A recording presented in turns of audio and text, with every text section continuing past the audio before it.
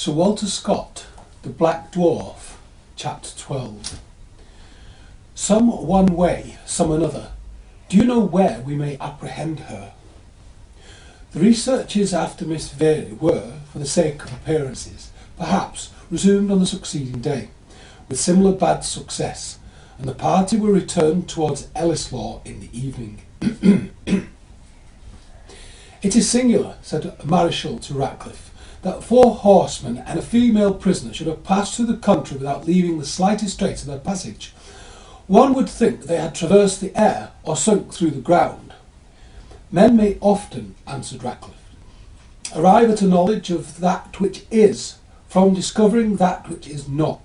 We have now scored every road, path, and track leading from the castle, in all various points of the compass, saving only that intricate and difficult pass which leads southward down the Westburn, and through the morasses at West Burnflat.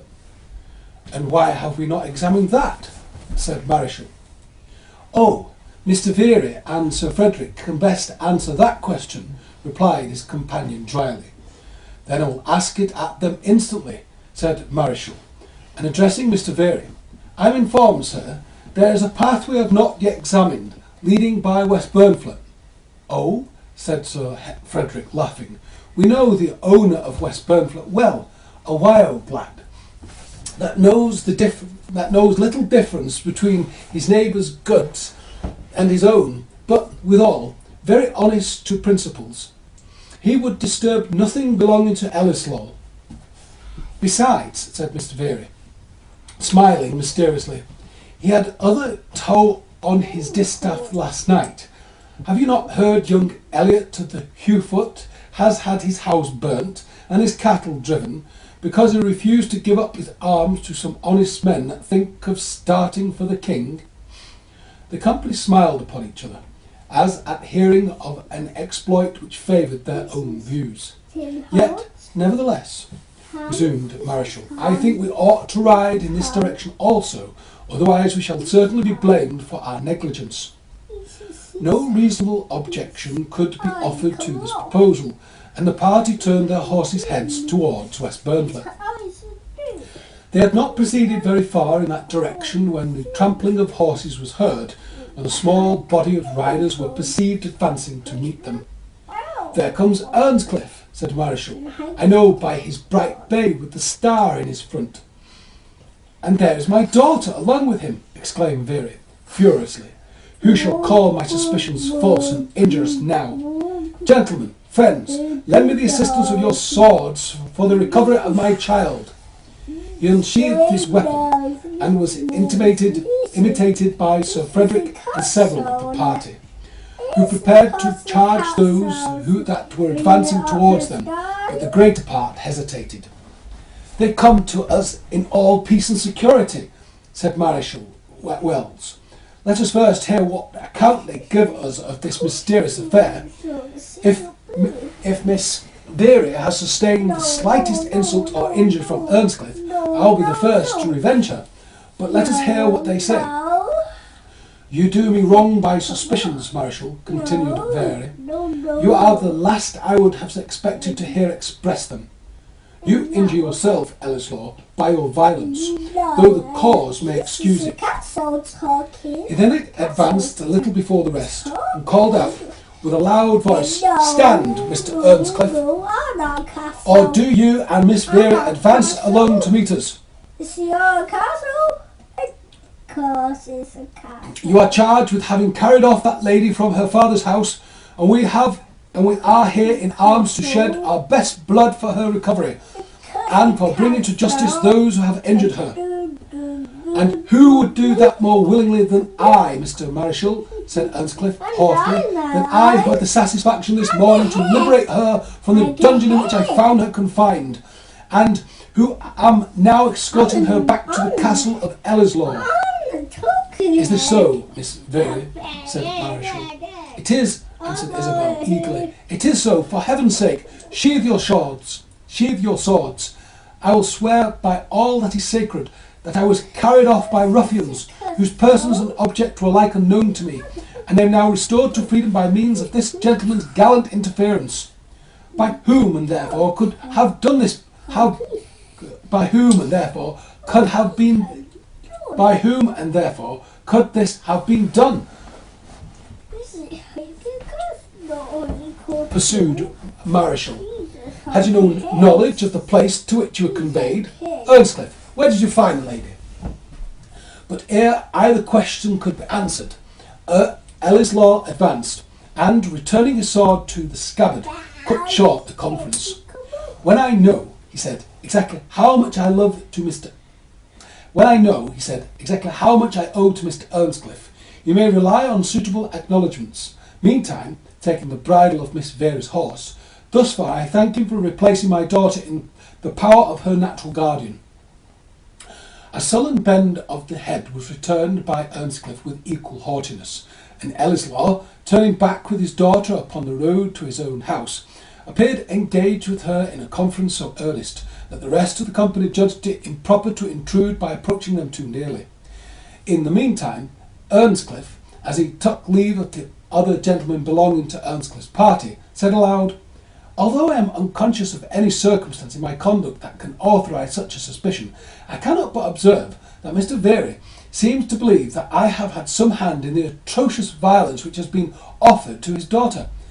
I request you, gentlemen, to take notice of my explicit denial of a charge so dishonourable, and that, although I can pardon the bewildering feelings of a father in such a moment, yet, if any other gentleman," he looked hard at Sir Frederick Langley, "thinks my word and that of Miss Very, with the evidence of my friends who accompany me, too slight for my exculpation, I will be happy, most happy, to repel the charge as becomes a man who counts his honour dearer than his life.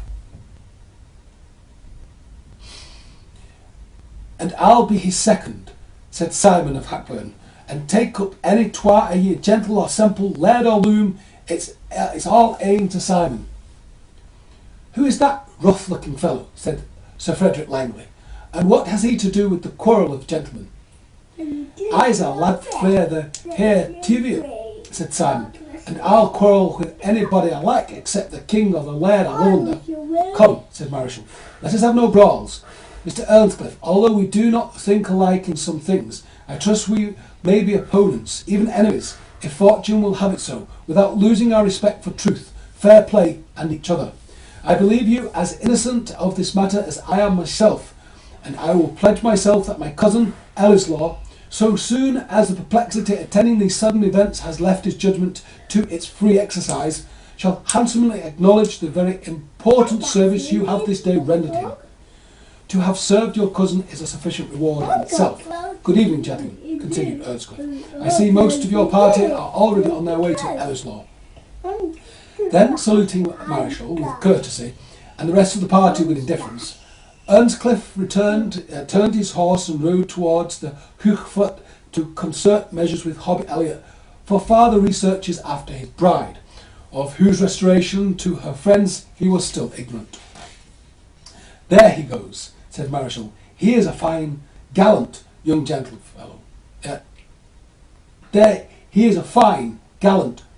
fellow. Upon my soul, and yet I should like well to have a thrust with him on the green turf. I was reckoned at college nearly his equal with the foils, and I should like to try him at sharps." "In my opinion," answered Sir Frederick Langley, "we have done very ill in having suffered him, and those men who are with him, to go off without taking away their arms, for the Whigs are very likely to draw to a head under such a young fellow as that." "For shame, Sir Frederick," exclaimed Marischal. "Do you think that Ellieslaw could, in honour, consent to any violence being offered to Earnscliff, when he entered his bounds only to bring back his daughter? Or, if he were to be of your opinion, do you think that I, and the rest of these gentlemen, would disgrace ourselves by assisting in such a transaction? No. No. Fair play and old Scotland forever. When the sword is drawn, I will be as ready to use it as any man. But while it is in the sheath, let us behave like gentlemen and neighbours." Soon after this colloquy, they reached the castle, where Ellieslaw, who had been arrived a few minutes before, met them in the courtyard. "How is Miss Very? And have you learned the cause of her being carried off?" asked Marischal hastily. She has retired to her apartment greatly fatigued, and I cannot expect much light upon her adventure till her spirits are somewhat recruited, replied her father. She and I are not the less obliged to you, Marshal, and to my other friends for their kind inquiries.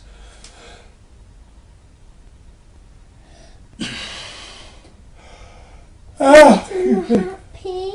What? Dad is happy? Yeah. But I must suppress the father's feelings for a while to give myself up to those of the patriot. You know this is the day fixed for our final decision. Time presses. Our friends are arriving, and I have opened house, not only for the gentry, but for the under spur leather whom we must necessarily employ. We have, therefore, little time to prepare to meet them.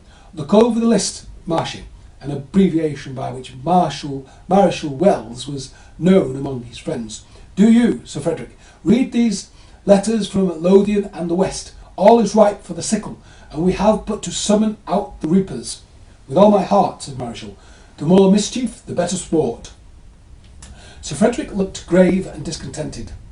Walk aside with me, my good friend, said Ellieslaw to the sombre baronet.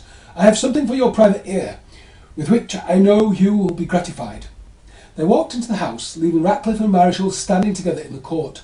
And so, said the former to the latter, your gentlemen of your political persuasion think the downfall of this government so certain that they disdain even to throw a decent disguise over the machinations of their party. Faith, Mr. Ratcliffe, answered Mareschal, the actions and sentiments of your friends may require to be veiled, but I am better pleased that ours can go barefaced. And is it possible, continued Ratcliffe, that you, who, notwithstanding your thoughtlessness and heat of temper, I beg pardon, Mr. Mareschal, and I am a plain man, that who, notwithstanding these constitutional defects, possesses natural good sense and acquired information, should be infatuated enough to embroil yourself in such a desperate proceedings? How does your head feel when you are engaged in these dangerous conferences?